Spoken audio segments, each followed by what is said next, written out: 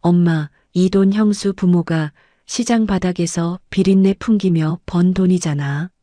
솔직히 근본 없는 집안 돈이라 쓰면서도 엄청 찝찝해.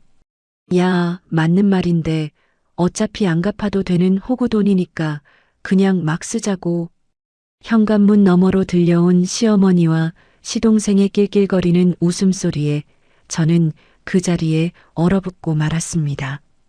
가족이라 믿고 기꺼이 내어준 신혼집 전세금 2억 원. 그 선의가 제 부모님을 향한 처참한 모욕과 조롱으로 돌아올 줄은 꿈에도 몰랐죠. 핏줄이라는 핑계로 남의 피눈물을 탐내는 저 뻔뻔한 인간들에게 제가 가진 모든 것을 동원해 진짜 지옥이 무엇인지 똑똑히 보여주기로 결심했습니다. 오늘도 사연 끝까지 잘 들어주세요. 지금 시작합니다. 저는 올해로 38살 작은 IT 스타트업을 운영하고 있는 대표입니다. 직원 수십 명에 연 매출 50억. 남들이 들으면 젊은 나이에 꽤 크게 성공했다고 부러워할 만한 번듯한 삶을 살고 있죠. 하지만 제 성공은 결코 하루아침에 하늘에서 뚝 떨어진 것이 아닙니다. 이 모든 건 평생을 바쳐 자수성가하신 우리 부모님의 억척스러운 성실함을 피눈물 나게 보고 배웠기 때문입니다. 저희 부모님은 변변한 자본금 하나 없이 작은 전통시장 한 구석의 허름한 난전에서 장사를 시작하셨어요. 새벽별을 보고 나가서 밤늦게까지 온갖 굳은 일을 마다하지 않으셨죠. 시장 바닥에서 얼어붙은 손을 호호 불어가며 제 학비를 벌어주셨고 결국 지금의 번듯한 중견 유통기업을 일궈내셨습니다. 부모님의 갈라진 손등과 그 땀방울의 가치를 누구보다 잘 아는 저였습니다. 그렇기에 저 역시 하루 24시간이 모자라도록 잠을 쪼개가며 앞만 보고 독하게 달렸습니다. 그렇게 치열하고 팍팍한 제 삶의 유일한 안식처이자 따뜻한 난로가 되어준 사람이 바로 제 남편입니다. 제 남편은 이름만 대면 알만한 큰 대학병원의 소아과 전문의로 일하고 있어요. 벌써 결혼 8년 차에 접어들었지만 저희 부부는 여전히 엊그제 눈이 맞은 연인들처럼 서로를 아끼며 다정하게 지내고 있죠. 여보, 오늘 하루도 너무 고생 많았어. 어깨가 왜 이렇게 딱딱하게 뭉쳤어? 이리 와봐. 내가 시원하게 좀 주물러 줄게. 제가 퇴근하고 지친 몸을 이끌고 현관문을 열고 들어오면 남편은 늘 환한 미소로 저를 반깁니다. 그리고는 제 무거운 가방을 받아들고 지친 어깨부터 다정하게 감싸주는 참 따뜻하고 온화한 사람입니다. 아냐, 나 괜찮아. 당신이야말로 오늘 병원에서 하루 종일 우는 아기들 달래가며 진료 보느라 진 다 빠졌을 텐데. 얼른 소파에 가서 쉬어. 내가 얼른 저녁 차릴게. 제가 서둘러 부엌으로 가려고 하면 남편은 펄쩍 뛰며 제 앞을 막아섭니다. 에이, 절대 안 돼. 우리 예쁜 마누라 고운 손에 또 물 묻히는 거나 너무 싫은데. 가만히 앉아 있어. 오늘은 이 김 셰프가 당신을 위해서 특급 요리를 할 테니까 기대하라고. 남편의 다정한 성품과 저를 향한 깊은 존중 덕분에 저는 늘 넘치게 사랑받고 있다고 느끼며 살아왔습니다. 아침에 눈을 뜰 때마다 이 사람과 결혼하길 참 잘했다는 생각을 수백 번도 더 했죠. 하지만 빛이 강하면 그림자도 짙은 법일까요? 이토록 완벽해 보이는 제 행복한 삶에도 늘 목에 걸린 생선 가시처럼 껄끄럽고 불편한 존재들이 있습니다. 바로 제 시어머니와 33이나 먹도록 변변한 직장 하나 구하지 못한 시동생입니다. 저희 시어머니는 유독 남들 시선을 신경 쓰시고 아들 자랑이 세상의 전부인 분이십니다. 저를 볼 때마다 입에 달고 사시는 단골 레퍼토리가 하나 있죠. 어휴, 우리 아들이 하얀 의사가운 딱 입고 병원 복도를 걸어 다니면 진짜 뒤에서 후광이 번쩍번쩍 빛이 난다니까. 솔직히 까놓고 말해서 우리 아들이 마음만 딱 먹었으면 너보다 더 빵빵하고 수준 맞는 좋은 집안 며느리 얼마든지 고를 수 있었어. 그건 너도 인정하지? 안 그러니, 네. 명절이나 가족 모임 때마다 은근슬쩍 저를 깎아내리고 흠집내는 말씀을 아무렇지도 않게 서슴지 않으시죠. 그럴 때면 분위기는 순식간에 싸늘해집니다. 어머니, 제발 그런 말씀 좀 하지 마세요. 유나도 밖에서 얼마나 인정받고 훌륭한 사람인데요. 자기 힘으로 번듯한 회사 일궈서 이렇게 크게 키워낸 게 얼마나 대단하고 자랑스러운데요. 이 사람 부모님도 정말 존경스러운 분들이고요. 제발 유나 앞에서 그런 섭섭한 말씀 좀 거두세요. 성품이 착한 제 남편이 중간에서 당황하며 이렇게 제 편을 들어주려고 애를 쓰긴 합니다. 하지만 시어머니는 눈 하나 깜짝하지 않으십니다. 아이고, 그래. 돈 버는 재주는 탁월하다 치자. 그래도 대대로 학자 배출한 우리 뼈대 있는 집안이랑 저작거리 시장 통해서 생선 팔고 채소 팔아서 돈 모은 집안이 같니? 우리 집안은 지성을 갖춘 학자 집안이잖니. 사람의 격이 다르다는 얘기지, 격이. 돈만 많다고 다 같은 양반이 되는 줄 아느냐? 시어머니의 저 뼛속 깊이 박힌 오만한 우월감과 저희 친정 부모님을 향한 노골적인 조롱은 정말이지 도무지 적응이 안 되더라고요. 제가 땀 흘려 이룬 성과마저도 그저 시장 바닥에서 구른 천박한 돈 취급을 하실 때마다 속이 까맣게 타들어갔습니다. 게다가 시동생은 또 어떻고요? 형? 나 이번에 친구들이랑 며칠 제주도로 골프 여행 가기로 했는데 경비가 생각보다 좀 많이 모자라네. 형수가 회사 대표인데 동생 용돈 좀 두둑하게 챙겨줄 수 있잖아. 안 그래, 형수님? 이럴 때 팍팍 좀 쏘세요. 나이 33에 번듯한 직장 한번 다녀본 적 없는 지독하게 의존적인 시동생입니다. 취업 준비를 핑계로 하루 종일 집에서 게임이나 하면서 툭하면 남편이나 저에게 손을 벌리기 일쑤였죠.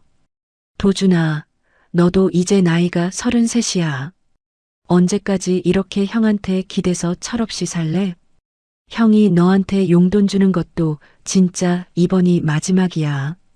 제발 PC방 그만 가고 정신 좀 차려서 취업 준비 좀 제대로 해. 언제까지 엄마 속을 썩일래? 남편이 답답한 마음에 언성을 높이며 따끔하게 혼을 내도 정말 그때뿐이었습니다. 아, 알았다고. 내가 알아서 다 계획이 있다니까 진짜 잔소리는 오지게 하네. 엄마, 형이 또 나 무시하고 윽박질러. 시동생이 이렇게 다 큰 어른이 어린애처럼 징징대고 철없이 굴 때마다 시어머니는 언제나 무조건 맹목적으로 시동생 편이었어요. 야, 너는 하나밖에 없는 불쌍한 내 새끼기를 왜 그렇게 매번 죽여? 형편 넉넉한 네가 아직 자리 못 잡은 동생 좀 챙겨줘야 하지. 형이 돼가지고 쪼잔하게 굴지 말고 그냥 달라는 대로 팍팍 좀 줘라. 어머니, 도련님도 이제 자기 앞가림 스스로 해야 할 나이예요. 매번 이렇게 끼고 감싸고 도시니까 애가 자립심이 하나도 없잖아요. 자꾸 돈을 주시면 도련님한테도 독이 됩니다. 제가 보다 못해 조심스럽게 한마디 거들면 시어머니의 매서운 불똥은 어김없이 저에게로 튀었습니다. 네가 감히 시어머니 교육 방식에 꼬박꼬박 토를 달아? 너희 친정 엄마가 시장 바닥에서 장사하면서 너한테 그렇게 가르치더냐? 근본 없이 돈독만 올랐지. 형제간에 피를 나눈 우애라는 걸 배운 적이 없으니 이런 독하고 정없는 소리를 하지. 어디 굴러먹던 게 들어와서 이래라 저래라야. 부모님 이해하기까지 들먹이시며 모욕을 주시는 시어머니의 억지와 막말에 제 가슴엔 늘 시퍼런 멍이 들곤 했습니다. 착하고 다정하기만 한 제 남편은 이런 험악한 상황이 벌어질 때마다 갈등을 중재하려 진땀을 뺐습니다. 하지만 남편은 본인의 어머니와 동생의 진짜 이기적인 본성을 깊이 알지는 못했습니다. 그저 가족 간의 흔한 가벼운 마찰이나 투정 정도로만 낭만적으로 생각하는 것 같았죠. 여보, 정말 미안해. 우리 엄마랑 도준이가 좀 유별나고 억척스러워서 당신이 마음고생이 너무 많네. 내가 중간에서 더 확실하게 잘라내고 당신한테 더 잘할게. 당신이 마음이 넓으니까 이번 한 번만 조금만 이해해줘. 남편이 미안함에 어쩔 줄 몰라 하며 제 두 손을 꼭 잡고 애처롭게 말할 때면 저는 입술을 깨물며 솟구치는 화를 꾹꾹 눌러 참고 넘어갔습니다. 눈앞에 있는 이 사람, 제 남편을 진심으로 깊이 사랑하니까요. 그리고 무엇보다 우리는 어찌됐든 평생을 함께해야 할 한 식구, 가족이니까요. 조금 서운하고 속상한 일이 있어도 제가 조금 더 참고 베풀고 따뜻하게 품어주면 언젠가는 이 사람들도 가족으로서 진짜 정이 들 거라고 믿었습니다. 비록 시작은 삐걱거렸지만 핏줄보다 진한 진심이 결국 통할 날이 올 거라고 생각했습니다. 시어머니의 날 선말들과 시동생의 철없는 행동들도 제가 끊임없이 노력하면 언젠가는 나아질 거라며 그렇게 제 자신을 다독이고 위로하며 하루하루를 버티듯 보냈습니다. 그렇게 하루하루 아슬아슬한 평화를 유지하던 어느 날이었습니다. 시댁에서 깜짝 소식이 날아들었죠. 만년 취업준비생이던 시동생이 덜컥 결혼을 하겠다는 겁니다. 어디서 어떻게 만난 아가씨인지는 몰라도 결혼을 하겠다고 하더라고요. 시어머니는 둘째 며느리를 본다는 기쁨보다 당장 발등에 떨어진 불을 끄느라 난리도 아니셨습니다. 능력 없는 시동생이 모아둔 돈이 있을 리 만무했으니까요. 결혼식장부터 신혼집까지 모든 것이 돈덩어리였습니다. 그날 저녁 퇴근하고 돌아온 남편의 얼굴엔 수심이 가득했습니다. 평소 같으면 현관에서부터 저를 안아주며 제잘거렸을 텐데 소파에 털썩 주저앉아 깊은 한숨만 내쉬더라고요. 여보, 무슨 일 있어? 병원에서 안 좋은 일 있었어? 얼굴이 왜 이렇게 반쪽이 됐어? 제가 걱정스럽게 다가가 어깨를 쓰다듬자 남편이 제 손을 쥐고 차마 입을 떼지 못했습니다. 저기, 여보, 진짜 염치 없는 거 아는데 내가 당신한테 부탁 하나만 해도 될까? 뭔데 그래? 부부 사이에 염치 없을 게 뭐 있어. 편하게 말해봐. 남편은 마른 세수를 한 번 하더니 기어이 시댁 이야기를 꺼냈습니다. 도준이 말이야, 다음 달에 식 올리잖아. 근데 당장 신혼살림 차릴 전셋집 구할 돈도 없나 봐.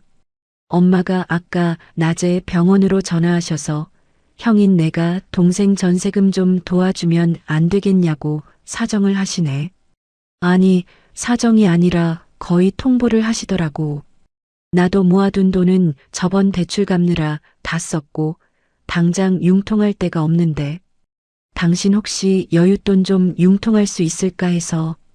남편의 목소리는 갈수록 기어들어갔습니다. 자존심 강하고 남한테 아쉬운 소리 못하는 남편이 저에게 돈 이야기를 꺼내기까지 얼마나 속으로 끙끙 앓았을지 안 봐도 훤했죠. 전세금이 얼만데? 아파트 전세 보증금이 2억 정도 한대. 당장 2억을 어떻게 구하냐고 엄마한테 화도 내봤는데 엄마가 막무가내셔. 네가 잘나가는 의사형이 돼서 동생 길바닥에 나앉게 생겼는데 모른 척할 거냐고 우시잖아. 게다가 당신 회사 잘 나가는 거 뻔히 아는데 며느리가 그깟 돈 하나 못 보태주냐고 하시는데 내가 중간에서 정말 미치겠어. 미안해 여보. 내가 진짜 면목이 없다.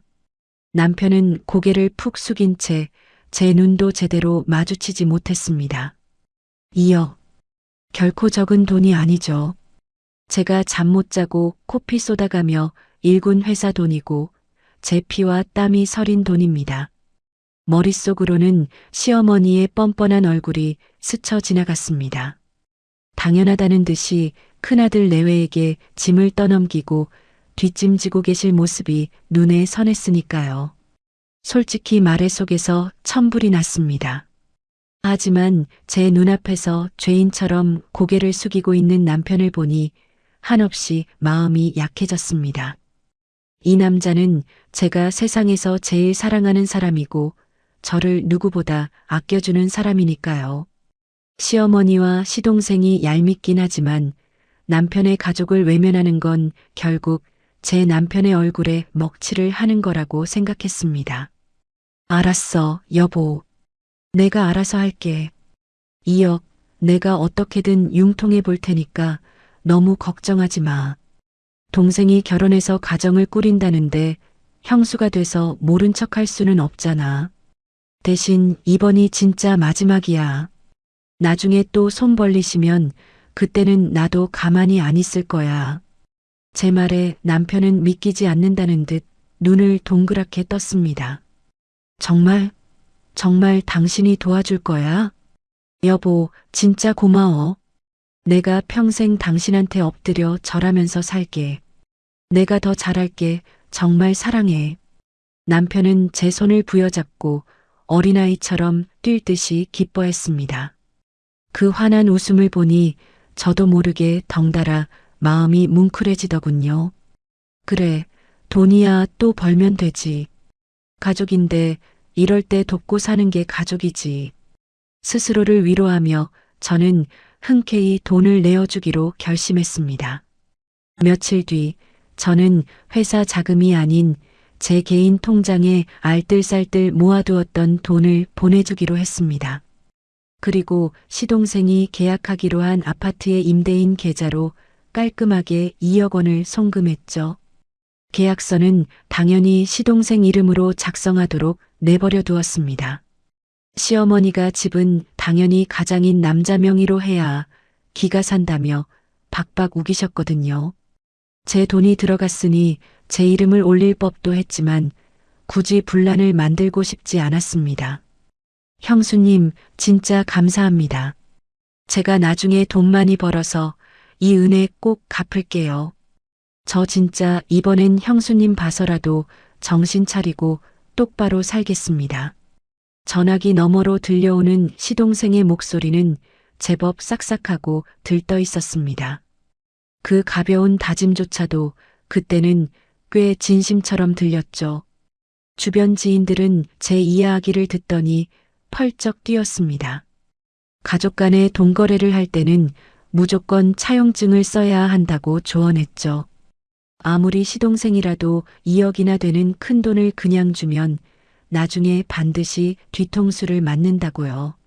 하지만 저는 차용증이나 법적인 각서 같은 건 쓰지 않았습니다. 가족끼리, 그것도 이제 막 새 출발을 하는 시동생에게 각서를 내미는 것 자체가 너무 야박하고 계산적으로 느껴졌거든요. 무엇보다 남편의 체면을 세워주고 싶었습니다. 형수가 쪼잔하게 각서까지 받아낸다는 소리를 듣게 하고 싶지 않았으니까요. 그렇게 저는 아무런 안전장치도 없이 오직 가족이라는 얄팍한 믿음 하나만으로 2억 원이라는 거금을 쾌척했습니다.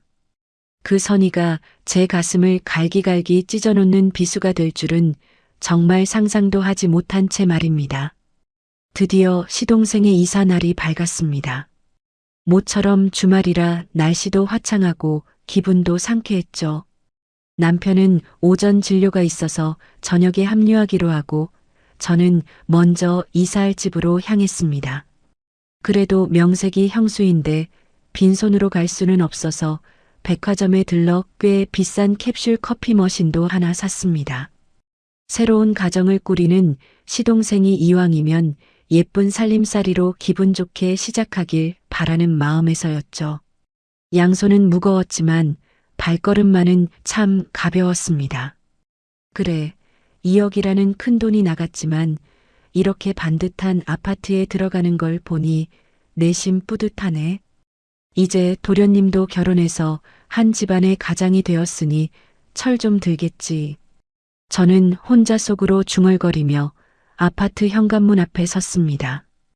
이삿짐 센터 직원들이 오가느라 현관문은 반쯤 열려 있었죠. 도련님, 저 왔어요. 하고 밝게 인사를 건네며 안으로 막 발을 들이밀려던 참이었습니다. 그런데 열린 틈새로 시어머니와 시동생의 목소리가 들려오더군요.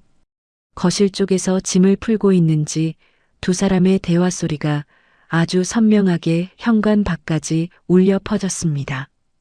가족끼리 무슨 이야기를 저렇게 다정하게 나누나 싶어 저는 무심코 걸음을 멈추고 귀를 기울였습니다. 아휴, 우리 아들. 이 넓고 훤한 거실 좀 봐라. 집이 참 좋지? 네 형이 의사니까 이런 번듯한 전셋집도 턱턱해주고 넌 참 네 형한테 평생 고마워해야 한다. 시어머니의 들뜬 목소리가 들렸습니다. 제 피 같은 돈으로 구한 전셋집인데 온전히 남편의 공으로 돌리는 말씀이 살짝 서운하긴 했지만 그 정도는 늘 있던 일이니 그러려니 하고 넘기려 했죠. 그런데 이어지는 시동생의 대답에 저는 제 귀를 의심할 수밖에 없었습니다. 에이 엄마, 형이 해준 게 아니라 형수가 해준 거잖아. 근데 나 솔직히 이 돈 받을 때 기분 좀 엄청 찝찝했어. 아무리 2억이 큰 돈이라지만 까놓고 말해서 그 돈 다 어디서 난 돈이야? 형수네 부모가 시장 바닥에서 비린내 풍겨가며 장사해서 번 돈이잖아. 근본 없는 집안에서 굴러먹던 돈으로 구한 집이라 생각하니까 영 모양 빠지고 찝찝하다니까. 순간 머리를 둔기로 세게 얻어맞은 것처럼 눈앞이 아득해졌습니다. 들고 있던 무거운 커피 머신 상자를 하마터면 바닥에 떨어뜨릴 뻔했죠. 다리가 후들거려 벽을 간신히 짚고 서 있어야 했습니다. 근본 없는 집안? 찝찝해? 방금 내가 무슨 소리를 들은 건가 싶어 숨조차 제대로 쉴 수가 없었습니다. 그런데 제 심장에 시퍼런 비수를 꽂는 말은 거기서 끝이 아니었습니다. 쉿! 야, 너 목소리 좀 낮춰. 누가 들으면 어쩌려고 입을 함부로 놀려. 근데 네 말이 100번 1000번 맞긴 하다. 하지만 돈에 꼬리표가 달린 것도 아니고 어차피 우리 손에 들어왔으면 장땡이지. 시장 통해서 채소 팔고 생선 팔아번 돈이면 어떠니? 오히려 그런 무식하게 번 돈이니까 우리가 이렇게 쏙 빼먹기도 쉬운 거지.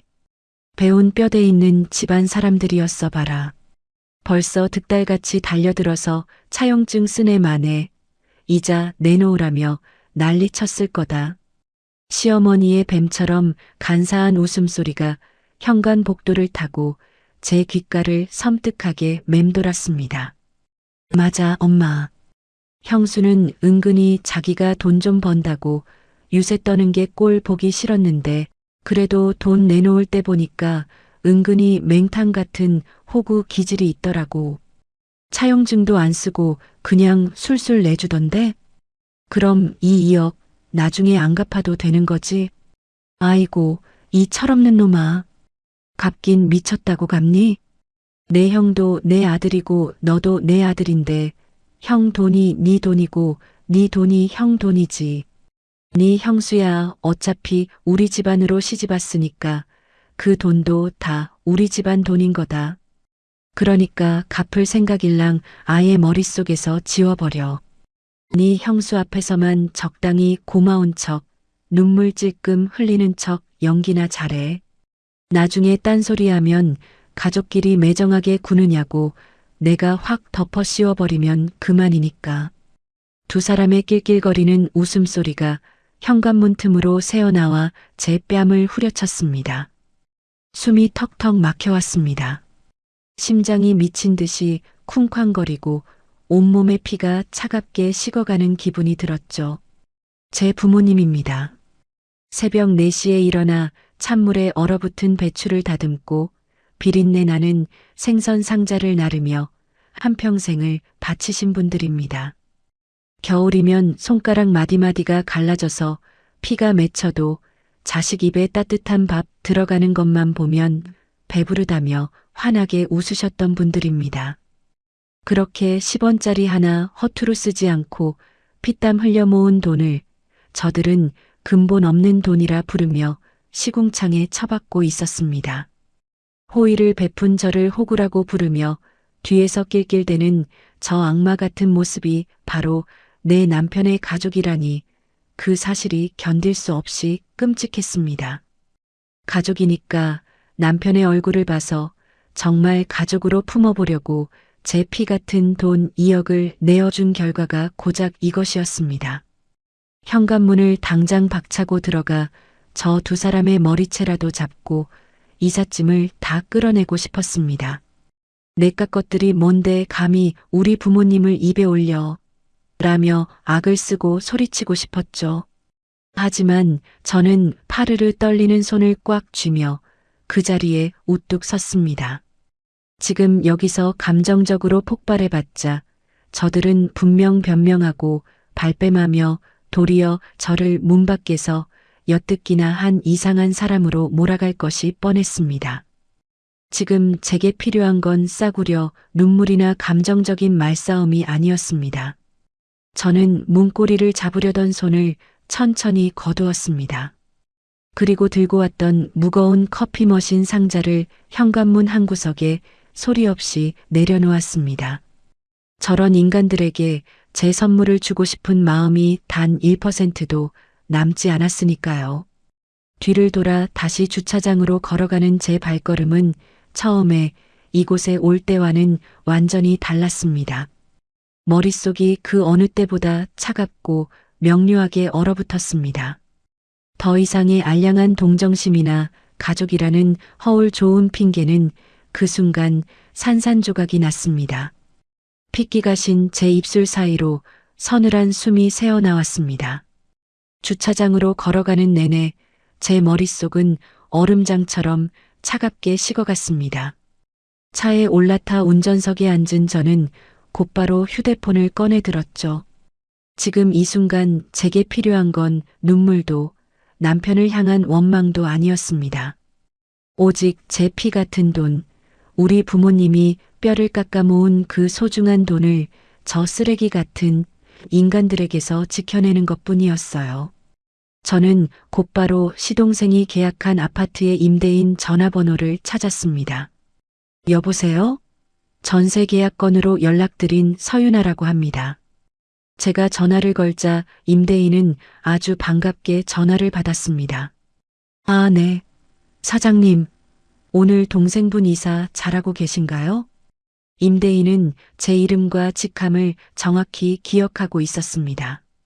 사실 며칠 전 전세 계약을 할 때 시동생 명의로 계약서를 쓰게 내버려 두긴 했지만 저도 멍청하게 당하고만 있을 바보는 아니었거든요. 연 매출 50억 규모의 회사를 이끌며 산전수전 다 겪은 저에게 아무런 안전장치 없는 거기에 금전 거래란 있을 수 없는 일입니다. 그래서 계약 당시 공인중개사를 통해 특약사항을 하나 분명하게 추가해 두었죠. 본 목적물의 전세 보증금 2억 원은 서윤아 명의의 계좌에서 전액 입금되며 계약 해지 또는 만료 시 보증금의 반환 권리는 실제 자금 출처인 서윤아에게 있다. 가족끼리 각서까지 쓰는 건 남편의 체면을 구기는 것 같아 피했지만 이 정도의 장치는 스스로를 보호하기 위한 최소한의 방어막이었던 셈입니다. 그 작은 습관이 지금 제게 완벽한 무기가 되어 주었죠. 사장님, 저 지금 당장 그 전세 계약 해지하려고 합니다. 제 단호한 목소리에 전화기 너머의 임대인은 크게 당황한 기색이 역력했습니다. 네? 아니, 방금 이삿짐 들어가고 있는 것 같던데 갑자기 해지라니요? 저는 흔들림 없는 차가운 목소리로 또박또박 상황을 설명했습니다. 계약자 측의 중대한 기망 행위가 발견되어서 부득이하게 계약을 파기해야 할 것 같습니다. 제가 보증금 전액을 송금한 실질적 권리자라는 사실은 특약사항과 은행 송금 내역으로 명확히 증명되어 있죠. 법적인 절차를 밟기 전에 임대인분께 먼저 양해를 구하는 겁니다. 지금 당장 이삿짐 반입을 중단시켜 주시고 3일 이내에 제 계좌로 보증금 2억 원을 반환해 주십시오. 만약 지연될 경우 부당이득 반환 청구 소송 및 가압류 절차를 진행할 수밖에 없습니다. 제 입에서 나오는 차갑고 전문적인 법률 용어들의 임대인은 덜컥 겁을 먹은 듯 했습니다. 아이고, 사장님, 소송이라니요. 그런 복잡한 일은 딱 질색입니다. 자금 출처야 명확하게 사장님 통장에서 들어온 게 맞고 특약도 있으니 원하신다면 당장 돌려드려야 하죠. 제가 지금 바로 부동산에 연락해서 이삿짐 당장 빼라고 조치하겠습니다. 전화를 끊고 나니 꽉 막혀 있던 체증이 쑥 내려가는 것처럼 가슴이 뻥 뚫리는 기분이 들었습니다. 우리 부모님을 비웃고 제 돈을 호구의 돈이라며 낄낄대던 그 입가에 묻은 비웃음을 단번에 날려버린 셈이니까요. 어디 한번 그 잘난 입으로 계속 떠들어 보시지. 근본 없는 집안 돈이 어떻게 당신들의 숨통을 조이는지 똑똑히 보여줄 테니까. 차 안에서 서늘하게 분노를 곱씹고 있을 때였습니다.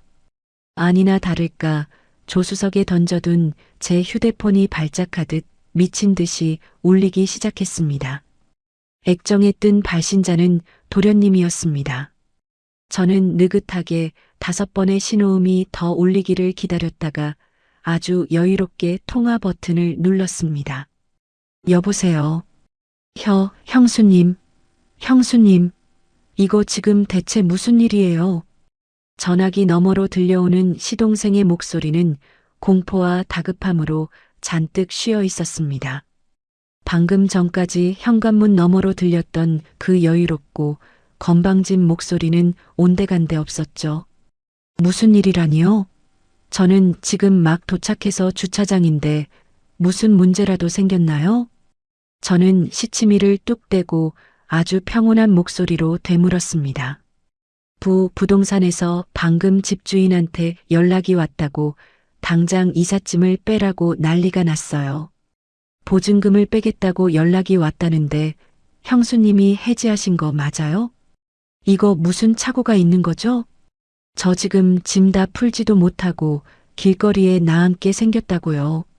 숨 넘어갈 듯 꽥꽥 소리치는 시동생의 목소리를 들으며 저는 차가운 미소를 지었습니다. 아, 그거요. 착오 같은 거 없어요, 도련님. 제가 방금 집주인한테 계약 해지하고 보증금 2억 회수하겠다고 통보한 거 맞습니다. 제 대답에 전화기 너머에서는 일순간 찬물을 끼얹은 듯한 섬뜩한 정적이 흘렀습니다. 네.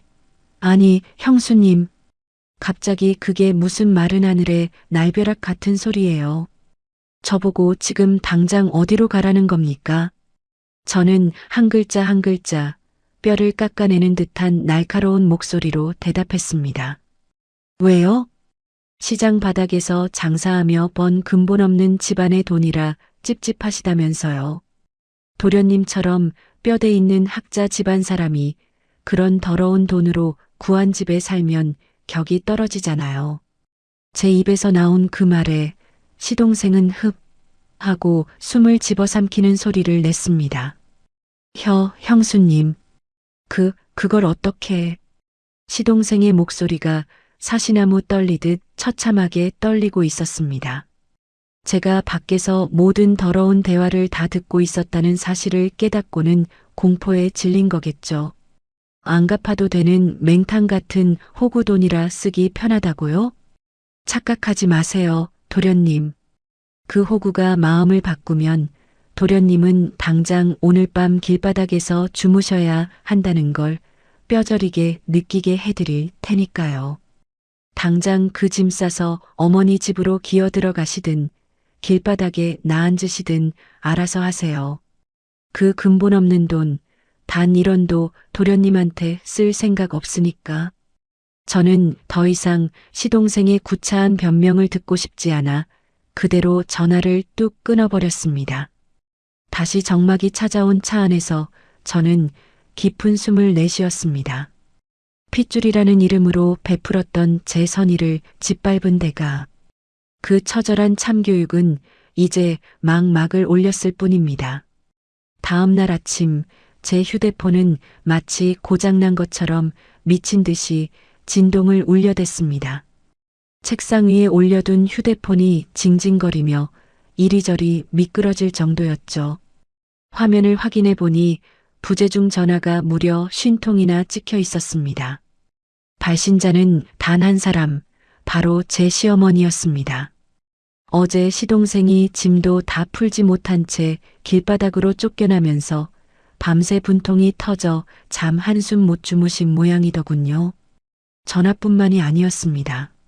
수십 통의 문자 메시지가 폭포수처럼 쏟아져 들어오고 있었어요. 네가 감히 내 아들 집을 빼? 어디 시어머니한테 이따위 패악질을 부려. 피도 눈물도 없는 독한 것. 당장 보증금 다시 안 돌려놓으면 남편한테 다 일러서 널 당장 쫓아낼 줄 알아. 초반에는 분노에 차서 저주를 퍼붓는 협박성 문자들이 가득했습니다. 하지만 제가 철저하게 무시하고 단 한 통의 답장도 하지 않자 점차 문자의 내용이 바뀌기 시작하더군요. 예, 유나. 우리가 뭔가 단단히 오해가 있었나 보다. 도준이가 철없이 한 소리를 네가 밖에서 잘못 들은 모양인데 가족끼리 이렇게 매정하게 굴면 쓰니? 어른이 먼저 이렇게 손을 내미니까 얼른 짐 다시 넣게 조치해라. 시어미가 이렇게 부탁하마. 싸늘한 협박에서 어설픈 회유로 태세를 전환하는 문자를 보며 저는 그저 헛웃음만 났습니다. 제가 밖에서 잘못 들은 거라고요? 참 다행스럽게도 제 직업은 사업가입니다.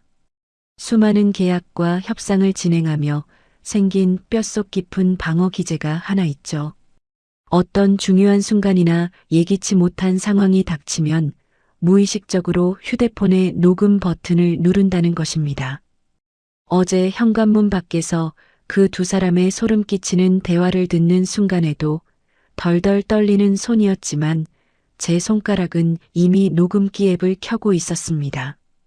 그들의 조롱과 멸시, 제 돈을 떼어먹겠다는 간악한 계획이 단 1초도 빠짐없이 제 휴대폰 안에 완벽하게 담겨 있었죠. 그래서 저는 시어머니의 그 어떤 발뺌과 협박에도 눈 하나 깜짝하지 않고 버틸 수 있었습니다. 저는 휴대폰을 무음으로 돌려 서랍에 처박아 두고는 아주 차분하게 퇴근 시간을 기다렸습니다. 그날 저녁 남편이 평소보다 훨씬 일찍 퇴근해 집으로 뛰어들어왔습니다.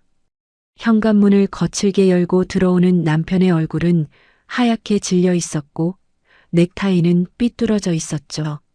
여보, 당신 대체 이게 다 무슨 일이야? 엄마가 아까부터 병원으로 계속 전화를 하셔서 울고불고 난리가 났어.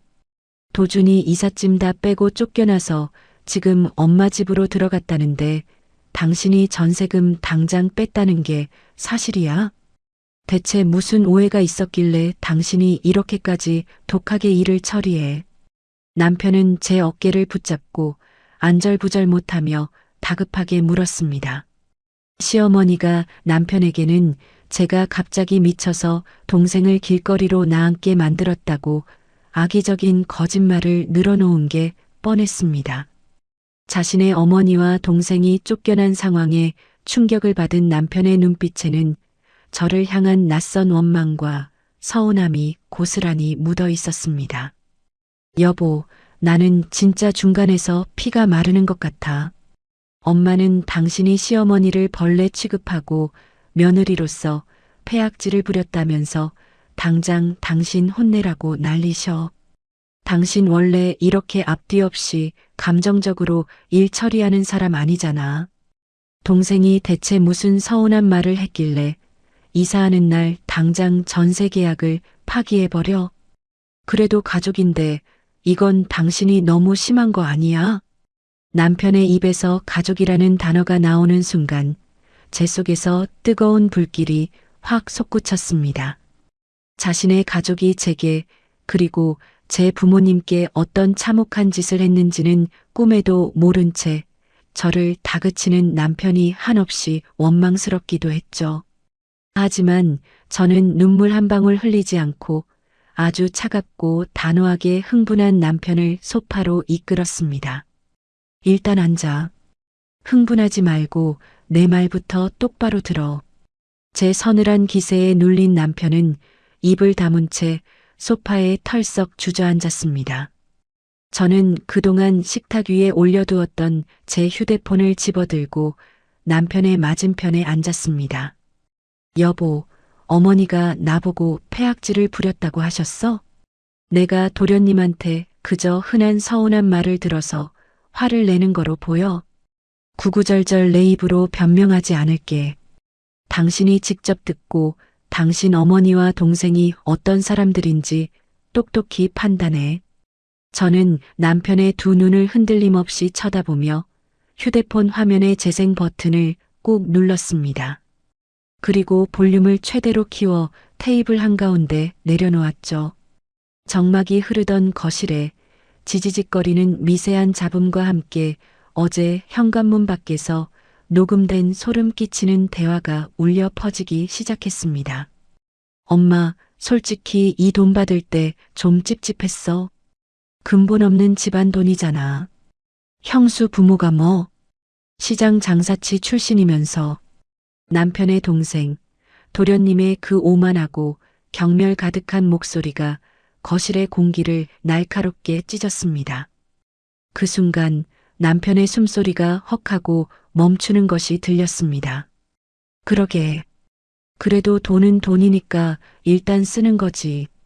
나중에 갚을 것도 아닌데 뭘. 내 형수야, 어차피 우리 집안으로 시집 왔으니까 그 돈도 다 우리 집안 돈인 거다. 이어서 흘러나오는 시어머니의 간사한 웃음소리와 뻔뻔한 음성에 남편의 두 눈은 찢어질 듯 커졌습니다. 휴대폰에서 흘러나오는 녹음 파일은 아주 선명하게 두 사람의 민낯을 까발리고 있었습니다. 저를 호구 취급하며 비웃는 소리. 제 부모님의 피땀 어린 돈을 근본 없는 돈이라며 낄낄대는 그 추악한 웃음소리까지. 모든 것이 남편의 귓전으로 무자비하게 쏟아져 내렸습니다. 남편의 두 주먹이 파르르 떨리기 시작했습니다. 그의 얼굴은 믿을 수 없는 참혹한 진실 앞에서 백지장처럼 하얗게 질려가고 있었습니다. 거실은 쥐 죽은 듯이 고요했습니다. 휴대폰에서 흘러나오던 녹음 파일이 끝난 뒤에도 남편은 한참 동안 아무 말도 하지 못했죠. 그저 두 손으로 자신의 얼굴을 감싸 쥔 채 거친 숨만 몰아쉬고 있었습니다. 하얗게 질렸던 남편의 얼굴은 이제 수치심과 분노로 시뻘겋게 달아올라 있었어요. 이게 정말 우리 엄마랑 도준이 목소리라고? 남편의 목소리는 형편없이 떨리고 있었습니다.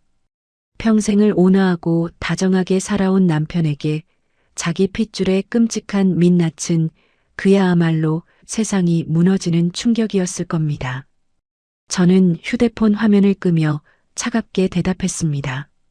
그래, 맞아. 당신이 나한테 매번 이해해달라고, 가족이니까 한 번만 참아달라고 부탁했던 그 사람들의 진짜 모습이야. 당신은 몰랐겠지만 나는 8년 내내 어머니와 도련님한테 이런 취급을 받으며 살았어. 내 돈이요? 떼어도 그만이야. 다시 벌면 되니까. 하지만 우리 부모님이 흘린 땀방울을 근본 없는 집안이라며 하수구 취급하는 건 나 절대 못 참아. 제 말이 채 끝나기도 전에 남편은 갑자기 소파에서 내려와 제 앞 바닥에 털썩 무릎을 꿇었습니다. 여보, 내가 미안해. 내가 진짜 미친놈이야. 내가 다 잘못했어. 당신이 그동안 어떤 수모를 당하는지도 모르고 그저 좋은 게 좋은 거라며 당신한테만 참으라고 강요했어. 나 진짜 너무 부끄럽고 참담해서 혀라도 깨물고 죽고 싶은 심정이야. 남편의 커다란 두 눈에서 굵은 눈물이 뚝뚝 떨어졌습니다. 저를 끌어안고 어린아이처럼 오열하는 남편의 등을 보니 제 마음도 한구석이 욱신거렸죠. 하지만 저는 이 순간 남편을 다정하게 위로해주지 않았습니다. 남편이 스스로 이 지독한 가족의 사슬을 끊어내지 않으면 우리의 앞날은 평생 지옥일 테니까요. 남편은 소매로 눈물을 거칠게 닦아내더니 이내 자리에서 벌떡 일어났습니다. 그리고는 자신의 휴대폰을 집어들고 분노로 떨리는 손으로 번호를 꾹꾹 눌렀습니다. 통화 버튼을 누르는 남편의 눈빛에는 전에 없던 무서운 살기마저 감돌고 있었죠. 스피커폰으로 연결된 전화기 너머에서 시어머니의 다급하고 앙칼진 목소리가 울려 퍼졌습니다. 오냐 아들. 너 그 독한 기집애 단단히 혼내줬지? 당장 보증금 안 돌려놓으면 이혼시켜버리겠다고 으름장 났지? 시어머니는 남편이 자기 편을 들어 저를 쥐어잡았을 거라고 확신하며 의기양양하게 묻고 있었습니다. 남편은 짐승처럼 으르렁거리는 목소리로 소리쳤습니다. 어머니, 조용히 하세요.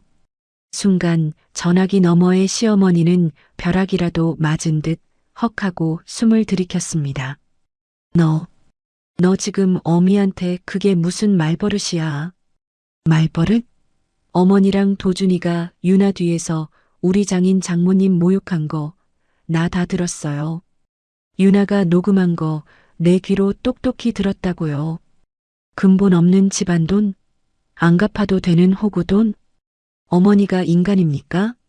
어떻게 며느리 부모님을 그렇게 짓밟고 며느리 돈을 등쳐먹을 궁리를 하세요. 남편의 사자우 같은 호통에 시어머니는 잠시 당황하는 듯 하더니 이내 다시 기가 막힌 변명을 늘어놓기 시작했습니다.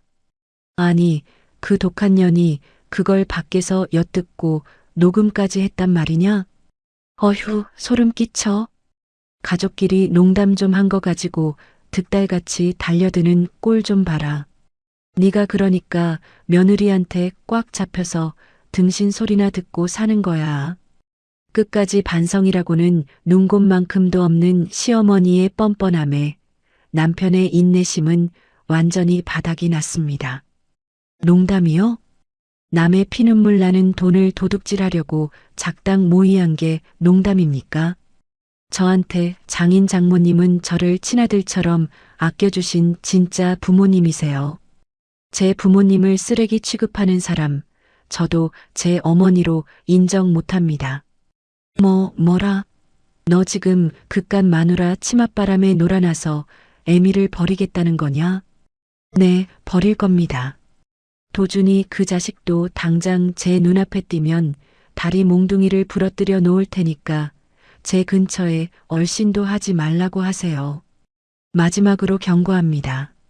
어머니랑 도준이 두 사람 당장 유나 부모님 앞에 무릎 꿇고 직접 사과하세요. 그렇게 하지 않으면 저 오늘부로 어머니와 연 끊겠습니다. 앞으로 어머니 돌아가실 때까지 제 얼굴 볼 일 절대 없을 겁니다. 남편은 시어머니의 비명 같은 앙탈이 다 끝나기도 전에 통화 종료 버튼을 신경질적으로 눌러버렸습니다. 거실은 다시 무거운 정적으로 휩싸였죠. 남편은 숨을 몰아쉬며 소파에 기대어 천장을 바라보았습니다. 자신의 핏줄을 자기 손으로 쳐내야만 했던 남편의 심정이 어떨지 저 역시 가슴이 먹먹해져 왔습니다. 하지만 동시에 제 남편이 우유부단하게 상황을 무마하려 하지 않고 제 편에 완벽하게 서주었다는 사실에 깊은 안도감이 밀려왔습니다. 제가 먼저 다가가 남편의 떨리는 손을 꼭 잡아주었습니다. 여보. 남편은 제 손을 양손으로 감싸쥐고 제 이마에 자신의 이마를 맞댔습니다. 유나, 미안해. 그리고 내게 모든 걸 말해줘서 고마워. 당신은 내가 지킬게. 누가 뭐래도 내 진짜 가족은 당신 하나뿐이야. 그의 붉어진 눈시울을 보며 저는 그제야 참았던 눈물을 한 방울 흘렸습니다. 이 싸움은 이제 저 혼자만의 외로운 전쟁이 아니었죠. 저와 남편은 완벽한 한편이 되어 썩어 빠진 시댁 식구들에게 진짜 현실이 무엇인지 가르쳐 줄 준비를 마쳤습니다. 남편이 시어머니에게 절연을 선언한 그날 밤 이후 저희 집에는 폭풍우가 지나간 듯한 고요한 평온이 찾아왔습니다. 그토록 미친 듯이 제 휴대폰을 울려대던 시어머니의 전화도 독설과 저주가 가득했던 문자 메시지도 거짓말처럼 뚝 끊겼죠. 아마 남편의 그 서슬 퍼런 분노 앞에서 시어머니도 섣불리 다가오지 못하고 잔뜩 기죽어 눈치만 보고 계셨을 겁니다. 하지만 저희가 평온한 일상을 되찾아가는 동안 시댁은 그야말로 발칵 뒤집혀 지옥불을 걷고 있었습니다. 제가 임대인을 압박한 끝에 전세 보증금 2억 원은 단 하루 만에 제 통장으로 칼같이 반환되었죠. 그렇게 시동생은 하루아침에 짐도 풀지 못한 채 오갈 데 없는 알거지 신세가 되어버렸습니다. 당장 길바닥에 나앉게 생긴 시동생은 이삿짐 센터 트럭에 실린 짐을 그대로 끌고 좁은 시어머니 집으로 기어 들어갔다고 하더군요. 가장 큰 문제는 바로 결혼을 철석같이 약속했던 시동생의 여자친구였습니다. 오빠, 지금 장난해? 신혼집이 날아갔다니 그게 대체 무슨 개소리야.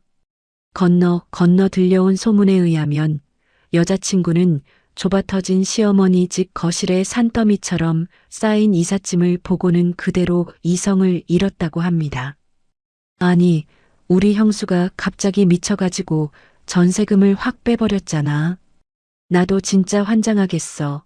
내가 어찌해볼 틈도 없이 일방적으로 당한 거라고. 시동생은 제 탓을 하며 어떻게든 억울함을 호소했지만 현실을 마주한 여자친구의 반응은 싸늘하기 그지없었죠. 형수가 미쳤다고 자기 생돈 2억을 갑자기 하루아침에 빼? 오빠네 식구들이 중간에서 무슨 헛짓거리를 했으니까 형수가 화가 나서 그런 거 아니야. 애초에 오빠 돈도 아니었으면서 무슨 당당하게 자기 집인 양유세를 떤 거야. 어머님은 나한테 그 집 오빠가 벌어서 한 거라고 뻥치셨잖아. 나이 33 먹고 집도 하나 못 구하는 빈털터리 무능력 자랑은 절대 결혼 못해. 여자친구는 그 자리에서 파혼을 선언하고는 매몰차게 뒤도 돌아보지 않고 가버렸다고 합니다. 시동생은 바짓가랑이라도 붙잡고 매달렸지만 이미 경제적 무능력이 만천하에 드러난 마당에 돌아선 마음을 잡을 길은 없었죠. 결혼이라는 환상에 빠져 평생형의 그늘과 어머니의 치마폭에서 기생하던 시동생은 난생 처음 자신의 처참한 현실과 마주하게 되었습니다. 여자친구에게 차이고 빚쟁이처럼 좁은 방구석에 처박힌 시동생은 결국 제 남편에게 전화를 걸어왔습니다. 형, 제발 나 좀 살려줘. 지연이가 파혼하겠대. 나 진짜 형수한테 싹싹 빌 테니까 그 돈 좀 다시. 남편은 시동생의 징징거리는 목소리가 들리자마자 싸늘하게 말을 잘랐습니다. 전화 끊어라. 내 놈 그 철없는 목소리 듣는 것도 역겨우니까.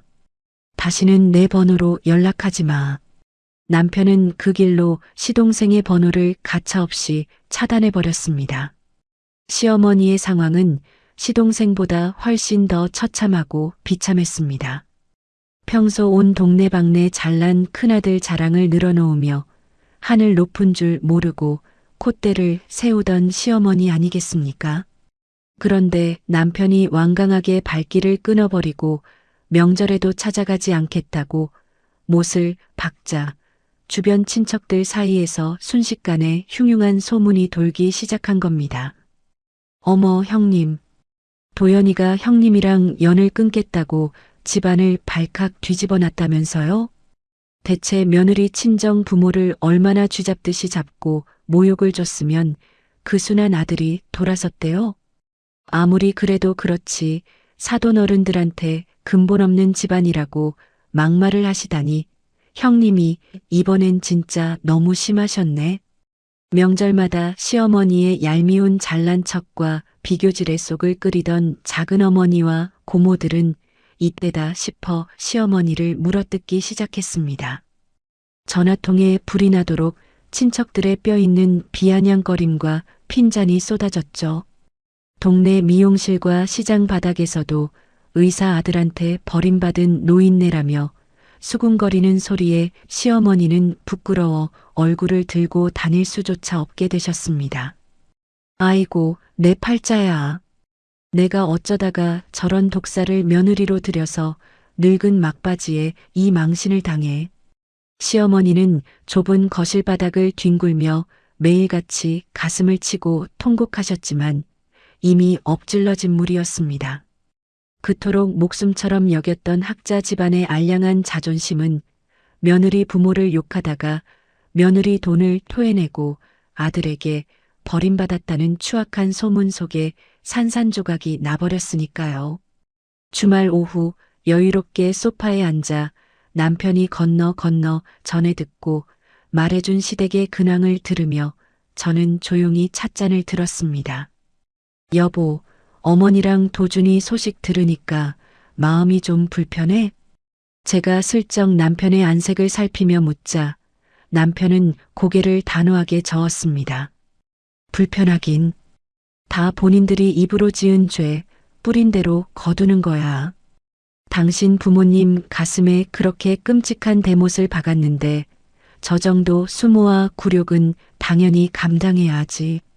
나는 아직도 그날 거실에서 들었던 그 소름 끼치는 녹음 파일만 생각하면 자다가도 피가 거꾸로 솟아. 당신 혹시라도 가족이랍시고 절대 마음 약해지면 안 돼. 알았지? 남편의 그 확고하고 단단한 대답에 저는 환하게 웃으며 고개를 끄덕였습니다. 그들의 비참한 몰락과 불행이 제게는 그 어떤 달콤한 디저트보다 통쾌하고 짜릿한 위로가 되고 있었죠. 피눈물 나는 차가운 현실의 벽에 부딪혀 산산조각이 난 그들의 알량하고 오만한 자존심. 이제 그 두 사람은 뼈저리게 깨닫고 있을 겁니다. 자신들이 깔보고 짓밟았던 그 근본 없는 집안의 돈이 사실은 자신들의 목숨줄을 쥐고 있었던 유일한 황금 동아줄이었다는 사실을 말입니다. 그렇게 전세금 사건이 터지고 몇 주가 지난 주말이었습니다. 남편과 거실에서 밀린 영화를 보며 평화로운 오후를 보내고 있었죠. 그런데 갑자기 현관 초인종이 요란하게 울리기 시작했습니다. 인터폰 화면을 확인한 남편의 미간이 확 구겨졌습니다. 여보, 엄마랑 도준이야. 올 것이 왔구나 싶었습니다. 남편은 꼴도 보기 싫다며 문을 열어주지 않으려 했지만 저는 조용히 고개를 끄덕여 문을 열라고 눈짓을 보냈어요. 현관문이 열리고 들어온 두 사람의 몰골은 그야말로 처참하기 짝이 없었습니다. 한껏 치장하고 다니던 시어머니의 얼굴은 반쪽이 되어 헬쑥했고 시동생은 며칠 밤을 새운 사람처럼 퀭한 눈을 하고 있었죠. 시어머니는 거실에 들어서자마자 제 눈치를 슬금슬금 살피며 어색한 웃음을 지어 보였습니다. 예, 유나. 그동안 잘 지냈니? 우리가 너무 뜸하게 왔지? 끝까지 자존심을 굽히기 싫은지 제대로 된 사과가 아니라 되지도 않는 안부 인사로 얼버무리려 하시더군요. 시동생도 시어머니 뒤에 숨어서 기어들어가는 목소리로 말을 보탰습니다. 형수님, 저번 일은 오해가 좀 있었어요. 제가 이사하느라 정신이 없어서 헛소리를 좀 한 건데 진짜 악의는 없었거든요. 가족끼리 너무 팍팍하게 굴지 말고 둥글게 풀어요. 네. 그 얄팍하고 알량한 변명에 남편이 먼저 불같이 화를 냈습니다. 어머니, 도준이 너 사과하러 온 거 아니면 당장 나가. 그따위 구차한 변명이나 늘어놓으려고 여기까지 찾아왔어? 남편의 호통에 시어머니는 흠칫 놀라며 억지 눈물을 짜내기 시작하셨습니다. 아, 알았다. 내가 미안하다, 미안해. 늙은 애미가 말 한 번 잘못했다가 아주 아들한테 버림받게 생겼으니 내가 100번, 1000번 잘못했어. 이 정도면 내분이 좀 풀리니? 끝까지 억울한 피해자 행세를 하며 가짜 눈물을 흘리시는 시어머니의 모습. 저는 남편의 팔을 가볍게 토닥이며 진정시킨 뒤 아주 싸늘하고 차분한 목소리로 입을 열었습니다. 어머니, 그렇게 억지로 사과하실 필요 없어요. 하지만 진심으로 이 상황을 수습하고 싶으시다면 제가 제시하는 4가지 조건을 무조건 받아들이셔야 할 겁니다. 제 서늘한 태도에 두 사람은 바짝 얼어붙은 채 제 입술만 쳐다보았습니다. 첫째, 저한테 사과하실 게 아니라 우리 부모님을 직접 찾아가서 무릎 꿇고 진심으로 사죄하세요. 근본 없는 집안이라고 모욕하셨으니 그 집안 어른들 발밑에 엎드려 용서를 구하시란 말입니다. 그 순간 시어머니의 얼굴이 시뻘겋게 달아올랐습니다. 뭐시라? 내가 뼈대 있는 학자 집안의 내가 그 시장 바닥 출신 사돈들한테 무릎을 꿇으라고? 차라리 날 죽여라, 죽여. 저는 코웃음을 치며 눈 하나 깜짝하지 않고 2번째 조건을 이어나갔습니다. 둘째, 도련님은 6개월 안에 번듯한 직장에 취업해서 반드시 자립하세요. 그때까지 취업 못하시면 형한테 손 벌리는 건 물론이고 어머니 집에서도 무조건 나가셔야 합니다. 시동생의 입이 떡 벌어지며 얼굴이 잿빛으로 변했죠. 셋째, 앞으로 가족 간에 단 돈 10만 원이라도 금전거래가 오갈 때는 반드시 법적인 효력이 있는 차용증과 공증을 받을 겁니다. 눈먼 호구 같은 돈은 이제 세상에 없으니까요. 그리고 마지막 넷째, 앞으로 평생 다시는 그 잘난 입으로 어떤 가족의 출신이나 배경도 비하하지 마세요. 이 4가지 조건 중 단 하나라도 어기거나 거절하신다면 저는 당장 두 분의 얼굴을 2번 다시 보지 않을 겁니다. 거실 안은 숨소리조차 들리지 않을 만큼 차갑게 얼어붙었습니다. 시어머니는 부들부들 떨며 남편을 향해 애원하듯 쳐다보았죠.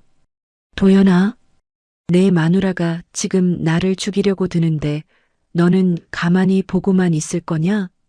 하지만 남편은 얼음장 같은 눈빛으로 시어머니의 마지막 희망마저 무참히 짓밟아 버렸습니다. 어머니, 유나가 내린 조건 하나도 빠짐없이 당장 지키세요.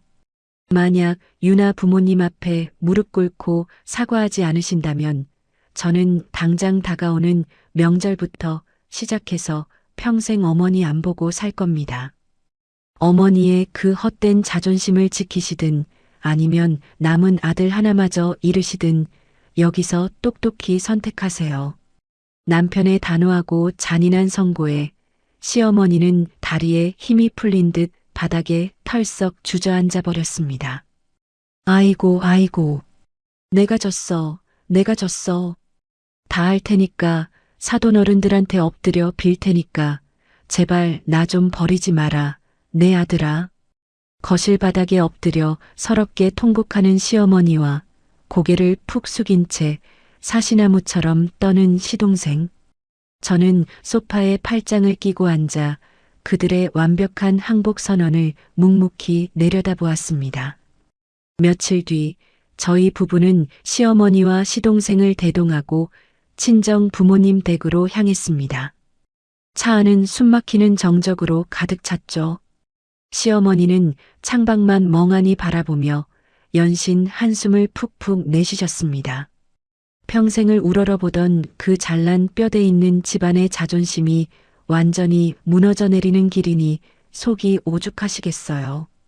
친정집 현관문을 열고 들어가자 미리 연락을 받고 기다리시던 부모님이 저희를 맞이하셨습니다. 저희 엄마는 앞치마에 젖은 손을 닦으며 평소처럼 다정하게 웃으셨지만 그 미소 뒤에 숨겨진 깊은 서운함을 저는 단번에 알 수 있었죠. 여보, 어머니랑 도준이 모시고 왔어. 남편은 굳은 얼굴로 저희 부모님께 허리를 굽혀 깊이 인사했습니다. 거실 한가운데 어색하게 마주 앉은 양가 식구들 사이로 서늘하고 무거운 침묵이 흘렀습니다. 제가 곁눈질로 힐끗 시어머니를 쳐다보자 남편이 낮고 단호한 목소리로 입을 열었습니다. 어머니, 약속하신 대로 장인어른, 장모님께 직접 말씀하세요. 남편의 매서운 재촉에 시어머니는 파르르 떨리는 입술을 달싹였습니다. 그러더니 이내 자리에서 주섬주섬 일어나 저희 부모님을 향해 털썩 무릎을 꿇고 바닥에 엎드리셨습니다. 그 꼿꼿하던 학자 집안의 오만한 자존심이 당신이 그토록 무시하고 조롱하던 시장통 상인들의 발밑에 처참하게 꺾이는 순간이었죠. 사돈어른, 사부인, 제가 정말 죽을 죄를 지었습니다. 가방끈 짧고 무식한 늙은이가 제 주제도 모르고 주둥이를 함부로 놀렸습니다. 근본 없는 집안이라고 모욕했던 그 망발, 제 뺨을 쳐서라도 거두어 주십시오. 정말 죄송합니다. 시어머니의 두 눈에서 굵은 눈물이 뚝뚝 떨어져 거실 바닥을 흥건하게 적셨습니다. 시동생 역시 시어머니 옆에 나란히 무릎을 꿇고 납작 엎드려 어깨를 들썩였습니다. 장인어른, 장모님, 저희 엄마가 저렇게 눈물로 사죄하십니다. 저와 도준이도 다시 한번 고개 숙여 사과드립니다. 저희가 정말 씻을 수 없는 큰 상처를 드렸습니다. 남편까지 바닥에 무릎을 꿇으려 하자 내내 굳은 얼굴로 앉아 계시던 저희 엄마가 황급히 남편의 팔을 강하게 붙잡았습니다. 아이고, 김서방, 자네가 왜 무릎을 꿇어? 얼른 일어나게. 그리고 엄마는 바닥에 엎드려 처절하게 흐느끼는 시어머니에게 다가가 그 떨리는 두 손을 꼭 부여잡으셨습니다. 사부인, 저희 부부 시장 바닥에서 비린내 풍기며 무식하게 돈 번 거 다 사실입니다.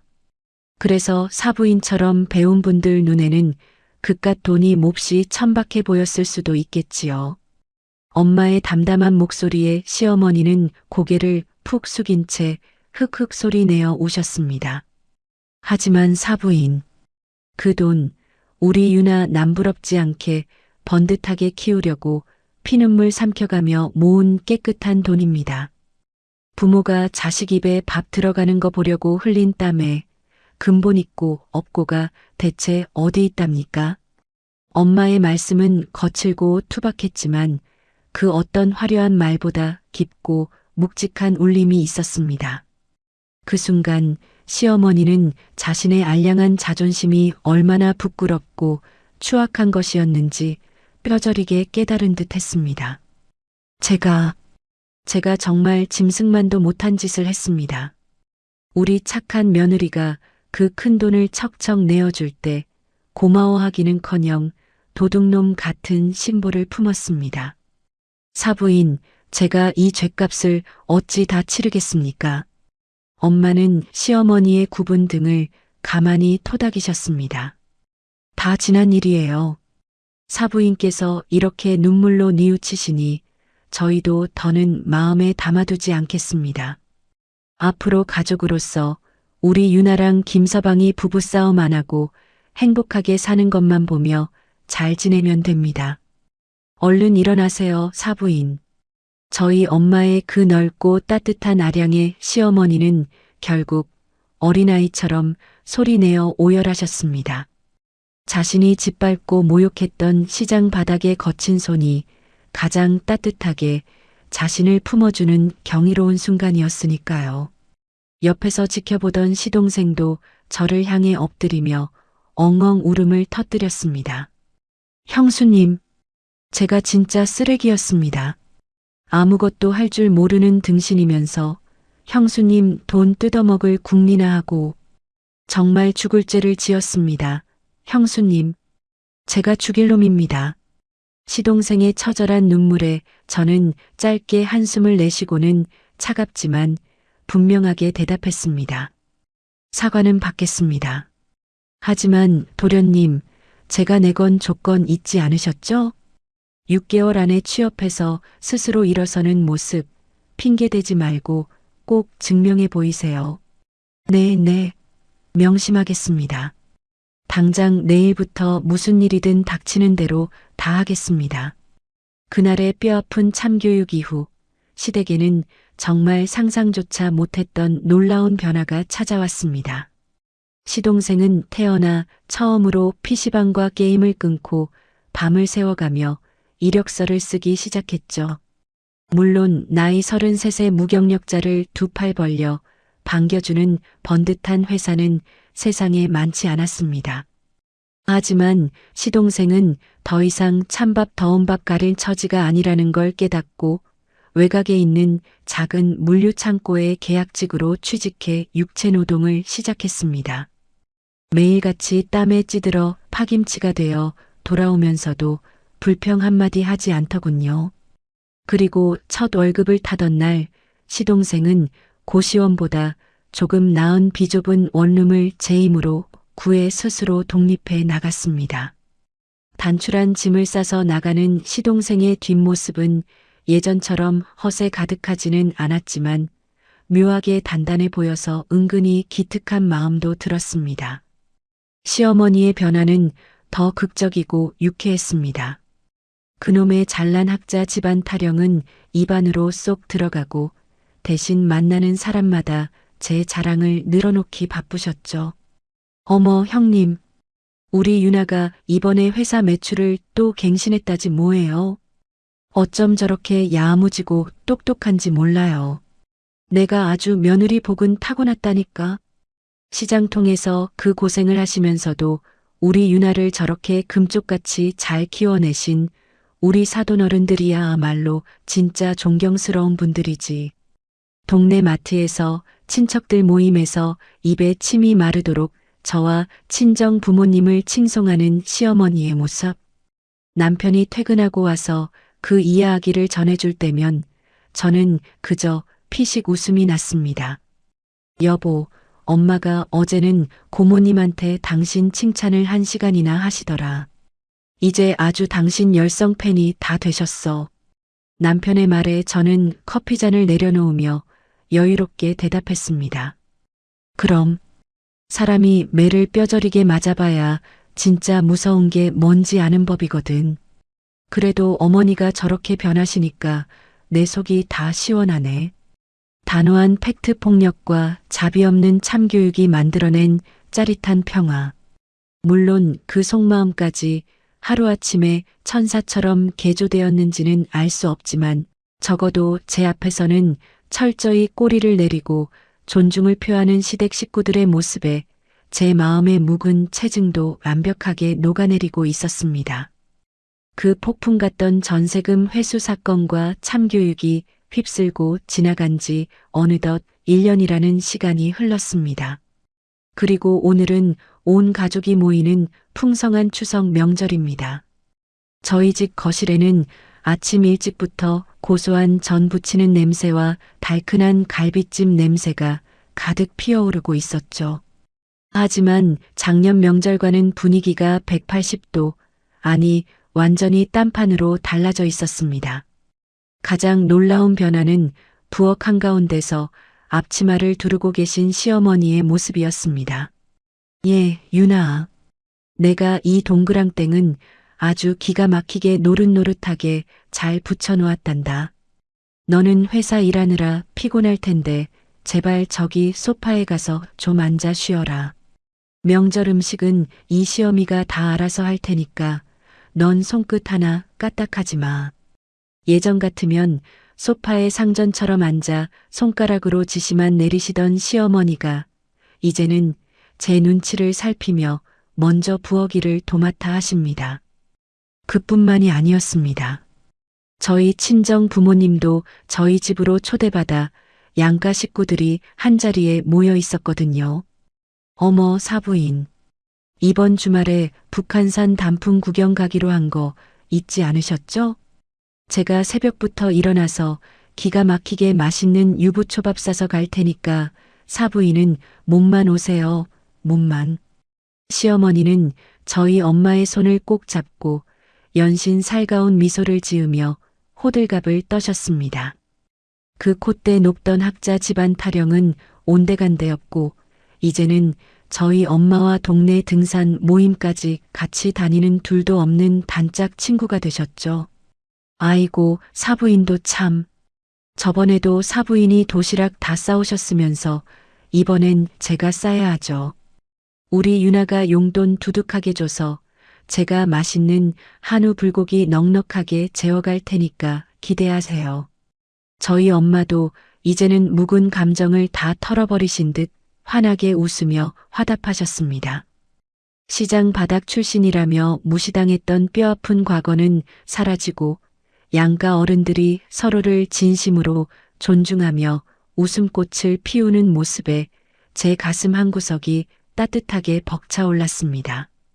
그때 현관문이 열리며 왁자지껄한 목소리가 들려왔습니다. 형, 여보세요들. 저희 왔어요. 양손에 묵직한 과일 바구니와 홍삼 세트를 들고 들어오는 사람은 바로 시동생이었습니다. 그리고 그 옆에는 단아하고 참한 인상의 새 여자친구가 수줍게 웃으며 서 있었죠. 아이고, 우리 듬직한 둘째 아들 왔네. 어머, 지수 씨도 같이 왔어요? 차 막히는데 여기까지 오느라 고생 많았죠? 제가 반갑게 맞이하자 시동생은 제 앞에 넙죽 허리를 굽히며 씩씩하게 인사했습니다. 형수님, 명절인데 제가 빈손으로 오기 죄송해서 지수랑 백화점 가서 좋은 걸로 좀 골라왔습니다. 그리고 형수님, 저 드디어 사고 쳤습니다. 사고라니요?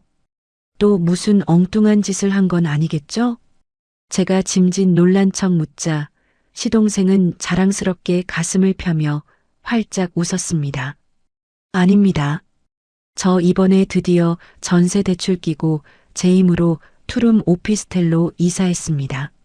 비록 은행 빚이 반이지만 제가 물류센터에서 지난 1년 동안 피땀 흘려 모은 돈으로 보증금 보태서 구한 제 첫 집이에요.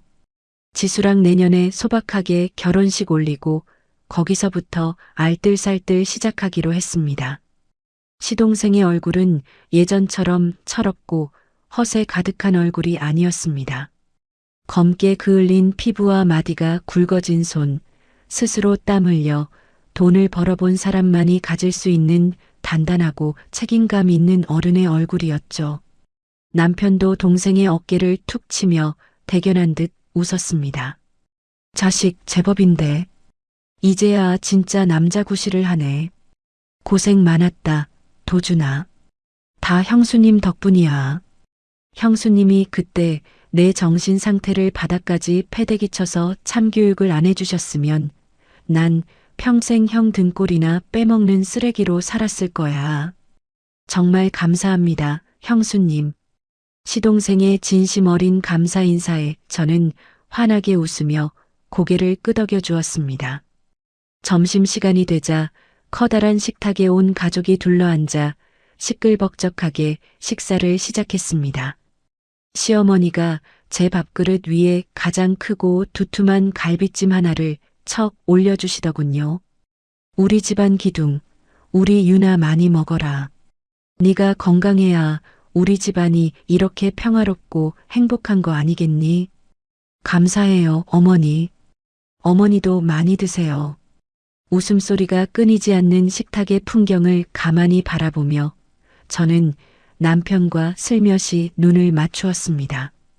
남편은 식탁 아래로 제 손을 꽉 잡아주며 다정하게 윙크를 보냈죠. 식사가 끝나고 잠시 베란다로 나와 시원한 가을바람을 쐬고 있을 때였습니다.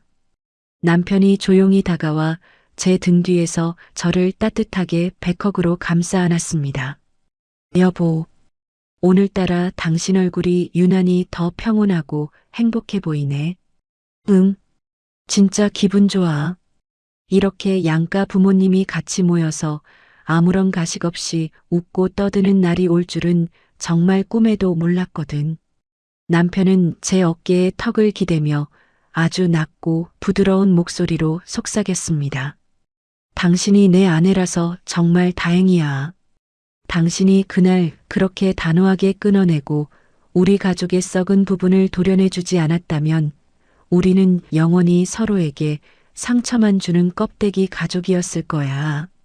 독하게 총대매고 우리 가족을 진짜 가족으로 만들어줘서 정말 고마워. 남편의 진심이 담긴 떨리는 목소리에 저는 눈시울이 살짝 붉어졌습니다. 저는 남편의 손을 더욱 꽉 마주잡으며 속으로 깊이 생각했습니다. 흔히들 가족은 핏줄로 이어져 맹목적인 사랑을 나누는 관계라고 말합니다. 하지만 제가 지난 1년간의 지독한 전쟁을 통해 뼈저리게 배운 진실은 달랐습니다. 사랑만으로는 결코 가족이 되지 못한다. 맹목적인 사랑과 희생이라는 이름 아래 누군가를 착취하고 만만하게 보는 관계는 결국 시궁창으로 향할 뿐이니까요.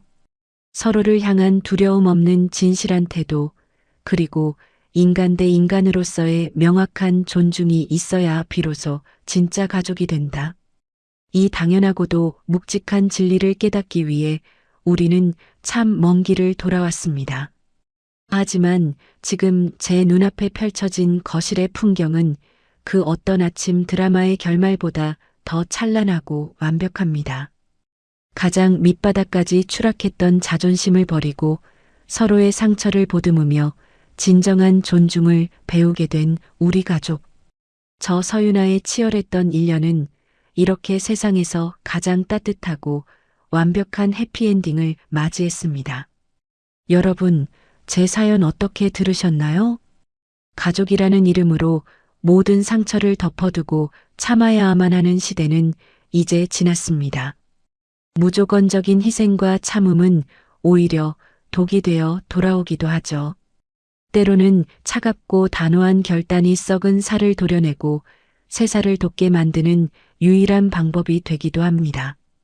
저희 부모님의 피땀 어린 돈을 지켜내고 시댁 식구들에게 진정한 존중을 가르쳐준 그날의 결단을 저는 평생 후회하지 않을 겁니다. 지금 이 순간에도 가족이라는 허울 좋은 이름 아래 상처받고 홀로 소갈이 하시는 분들이 계신다면 제 이야기가 작은 용기가 되었기를 바랍니다. 당신의 가치는 그 누구도 함부로 깎아내릴 수 없으니까요. 늘 당당하게 여러분 자신을 먼저 지켜내시길 응원합니다. 지금까지 제 긴 이야기 들어주셔서 진심으로 감사합니다. 오늘도 시원하고 기분 좋은 하루 보내시길 바랄게요.